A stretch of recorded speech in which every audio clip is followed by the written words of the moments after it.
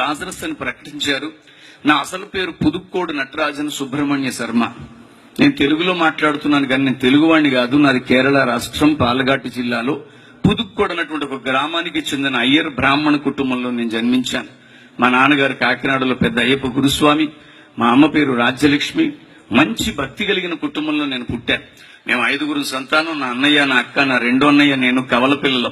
ఆయన పేరు రాముడు, నా పేరు లక్ష్మణ్. నాకు ఒక తమ్ముడు ఉన్నాడు. చిన్ననాటి నుంచి భక్తి భావాలలో మమ్మల్ని పెంచారు. ఈ ఉచితంగా భక్తి యోగంలో ఆగిపోకుండా ఉంటే జ్ఞాన యోగంలోకి మనం వెళతాం. ఆ జ్ఞానము భగవంతుని యొక్క ఆలోచనలు మనకు బయలుపరుస్తుంది. ఒకరోజు అందరూ ఈ యొక్క దేహాన్ని విడిచిపెట్టి వెళ్ళాలి. అయితే ఆత్మకు పవిత్రత ఎలా చేకూరుతుంది? ఈ శరీరానికి పవిత్రత కావాలంటే స్నానాదులు చేస్తాం. వస్త్రాలను ఉతుక్కుంటే పవిత్రపరచబడతాయి. రంగులు వేసుకుంటే బిల్డింగులు పవిత్రపరచబడచ్చు. అంతరింద్రియాలు పాడైపోయినా సరే వాటికి కూడా ఈ రోజు ట్రీట్మెంట్స్ వచ్చేసే పవిత్ర చేసుకోవచ్చు. కానీ వాట్ అబౌట్ యువర్ స్పిరిట్? నీలో ఉన్నటువంటి ఆత్మకు పవిత్రత ఎలాగ ఆపాదించబడుతుంది? సాధారణంగా అందరంటారు ఈ క్రైస్తవులు ఎప్పుడు కూడా పాపం గురించి మాట్లాడతారు, క్రైస్తవులు ఎప్పుడు పాపాత్ములు అని అంటూ ఉంటారని. క్రైస్తవ్యమే కాదు, మనకున్న సమస్తము పాపం పోగొట్టుకోవడానికే చేస్తున్నాం ప్రయత్నం. నేను ఎన్నో అయ్యప్ప స్వామి భజనలు చేశాను ఇలాంటి వేదికల మీద. ఈ కొవ్వూరు, రాజమండ్రి ప్రాంతాలకి మండపాలు కట్టడానికి నన్ను ప్రత్యేకంగా తీసుకొచ్చేవారు. చివరిలో ఒక ప్రత్యేకమైన మాట అంటారు. భజనంతా అయిపోయిన తర్వాత, పూజంతా అయిపోయిన తర్వాత, అరుంజుం అరియామలం తిరుంజుం తెరియామలం నాంగళ్ సెయ్య ఎల్లా పావంగళై పొరుత్తు కాత్తి రక్షిక్యం సత్యమాన పున్నపదినెట్టాంబడిలు వసిక్యం అని మలయాళంలో చెప్తారు. అందులో ఒకే ఒక్క ఉద్దేశం ఉందని. అరుంజుం అరియామలం అర్థం కాక అనాలోచితంగా, తెరుంజుం తెరియామలం తెలిసి తెలియక, నాంగళ్ చెయ్య ఎల్లా పావంగళై మేము చేస్తున్న ప్రతి పాపము నుంచి పొరుత్తు కాతి రక్షిక్యం కాచి కాపాడి రక్షించు దేవా అని అర్థం. రక్షకుని కొరకు చూస్తుంది మానవ ఆత్మ. ఈ రోజు నేను అంటున్నాను, ఏ బ్రహ్మ దగ్గరికి వెళ్ళినా, ఏ పూజారి దగ్గరికి వెళ్ళినా, ఏ పంతులు గారి దగ్గరికి వెళ్ళినా చేతిలో తీర్థం పోస్తూ 3 మాటలు అంటారు.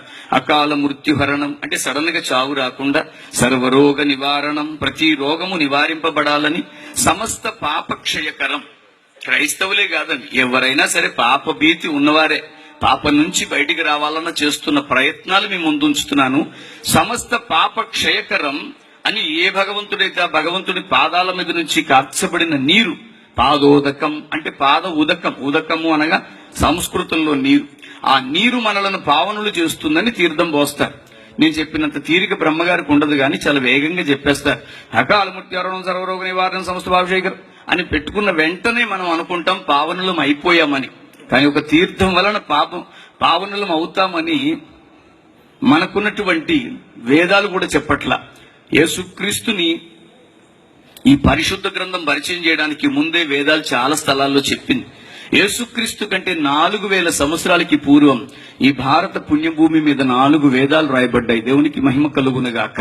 యేసుక్రీస్తు కంటే 1000 సంవత్సరాలకి పూర్వం రామాయణ, మహాభారత, భాగవత గాథలు ఈ భారత భూమి మీద ఉన్నాయి. వాటికి చారిత్రాత్మకమైన పరిశుద్ధ గ్రంథానుసారమైన రుజువులు ఉన్నాయి.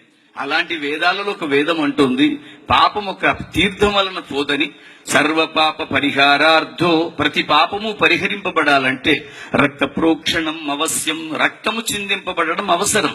తద్రక్తం పరమాత్మేనా, ఆ రక్తము పరమాత్ముని రక్తమై ఉండాలి. ఎందుకు పరమాత్ముని రక్తమైంది?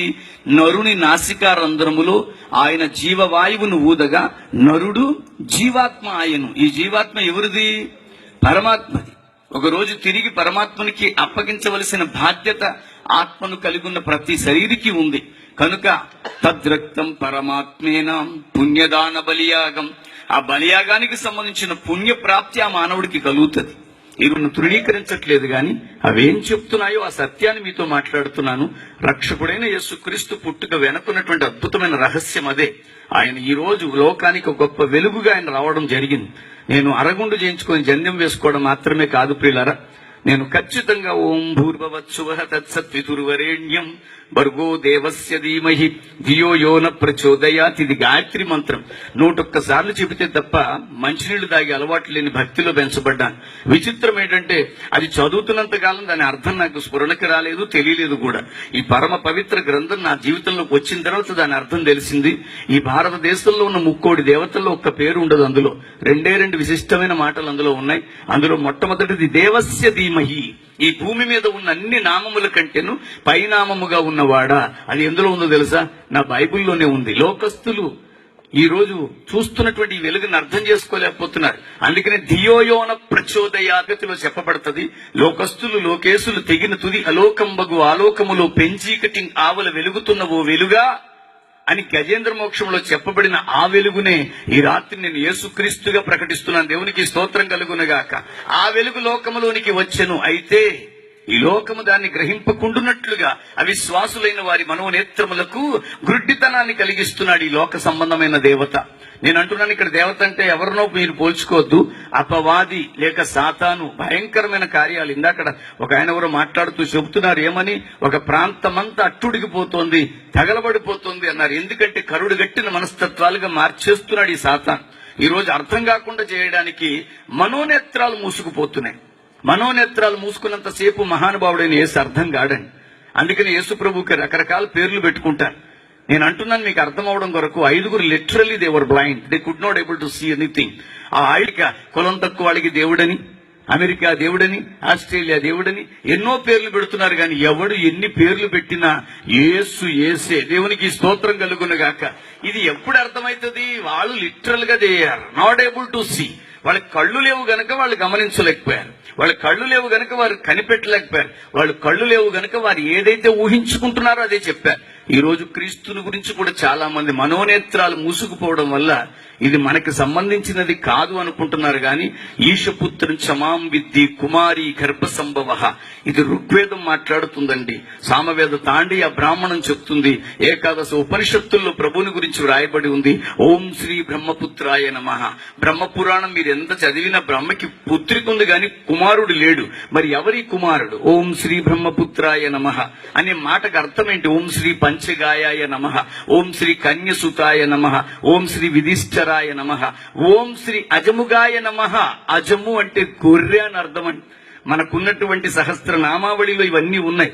వీటన్నిటిని బట్టి ఇవన్నీ ఎవరిని సూచిస్తున్నాయంటే, ఇదిగో లోక పాపములను మోసుకొని పోవు దేవుని గొర్రె పిల్లగా అవతరించిన ప్రభువుని గురించే. దేవునికి స్తోత్రం కలుగునగాక. కనుక ఆ ప్రభువుని విజ్ఞానముతో లేక జ్ఞానముతో అర్థం చేసుకోవడానికి ప్రయత్నం చేస్తే పాపాన్ని నుంచి మనల్ని కాపాడడానికి పుట్టాడే తప్ప మత స్థాపకుడిగా ఆయన పుట్టలేదు. ఆ మాటలు ముగించే ప్రయత్నం చేస్తున్నాను. యేసుక్రీస్తు కంటే 563 సంవత్సరాలకి పూర్వం ఒక మహానుభావుడు జన్మించాడు. ఆయన ఉత్తమమైనటువంటి స్థితిలో రాజయ్యాడు, వివాహం చేసుకున్నాడు, బిడ్డగన్నాడు. ఒక రోజు ఆయన రోడ్డు మీదకి వచ్చినప్పుడు అడుక్కునే వాడిని ఒకరిని చూసి, ఏందయ్య ఇతను చేస్తున్నాడంటే, ఇతను భిక్షాటన చేస్తున్నాడు రాజా. ఎందుకు చేస్తున్నాడంటే, అందరి పరిస్థితి మంచిది కాదు, కొందరు ఉన్నవాళ్లు కొందరు లేని వాళ్ళు అనేసరికి ఓహో మానవ జీవితంలో ఇది ఒకటి ఉందనుకున్నాడు. మరో సందర్భంలో బయటకు వచ్చినప్పుడు ముడతల పడిపోయిన దేహస్తున్న ఒకరిని చూసి, ఏంటంటే ఇతను ఇలాగున్నాడంటే వార్ధక్యంలో ఉన్నాడన్నాడు. మానవ జీవితంలో ముసలితనం అనేది ఒకటి ఉందని గ్రహించుకున్నాడు.